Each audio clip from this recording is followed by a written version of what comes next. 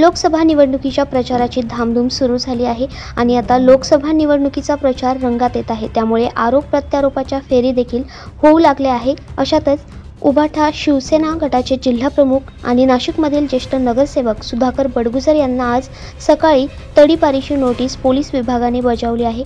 ऐन लोकसभेची धामधूम सुरू असताना ही नोटीस आल्याने राजकीय वर्तुळात चांगलीच खळबळ उडाली आहे।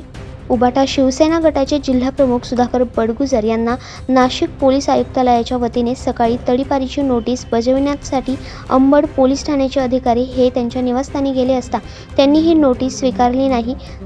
त्यांना याबाबत वरिष्ठ अधिकाऱ्यांशी चर्चा करून नंतर नोटीस स्वीकारेल असे बडगुजर यांनी सांगितल्याचे पोलीस सूत्रांनी सांगितले।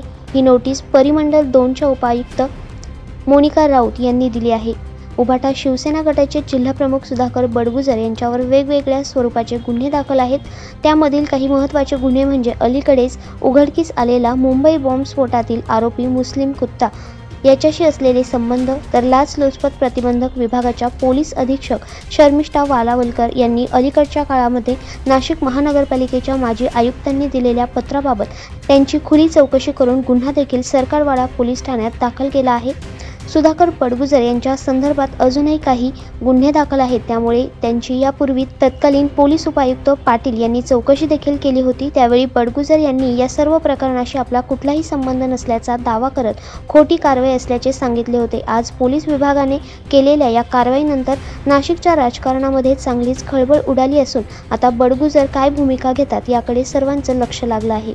सुधाकर बडगुजर यांना तडीपारच्या संदर्भात नोटीस देण्यात आलेली आहे। त्याबाबत त्यांचं म्हणणं ऐकून घेण्यात आलेलं आहे। BP ॲक्ट 57 अनुषंगाने ही कारवाई करण्यात आलेली आहे। सुधाकर बडगुजर यांच्यावरती 2014 मध्ये इलेक्शन रिलेटेड गुन्हा या ठिकाणी दाखल होता आणि त्या गुन्ह्याला कन्व्हिक्शन लागलं होतं। त्यामुळे कोणत्याही आरोपीला जर कन्व्हिक्शन लागलं तर आम्ही 57ची प्रोसिडिंग या ठिकाणी सुरू करतो। तर ती प्रोसिडिंग आम्ही सुरू केलेली आहे। त्या अनुषंगाने त्यांना आज बोलवण्यात आलं होतं आणि त्यांनी त्यांचं म्हणणं मांडण्यासाठी मुदत या ठिकाणी मागून घेतलेली आहे। पहिली नोटीस। त्या प्रकरणात त्यांनी म्हणणं मांडत असताना सांगितलं की हायकोर्टामध्ये अपील केलेलं आहे आणि त्या संदर्भातले त्या सर्व कागदपत्र माझ्यापुढे सादर करणार आहे। त्यांना 8 दिवसांची मुदत या ठिकाणी दिलेली आहे। दैनिक भ्रमर, नाशिक।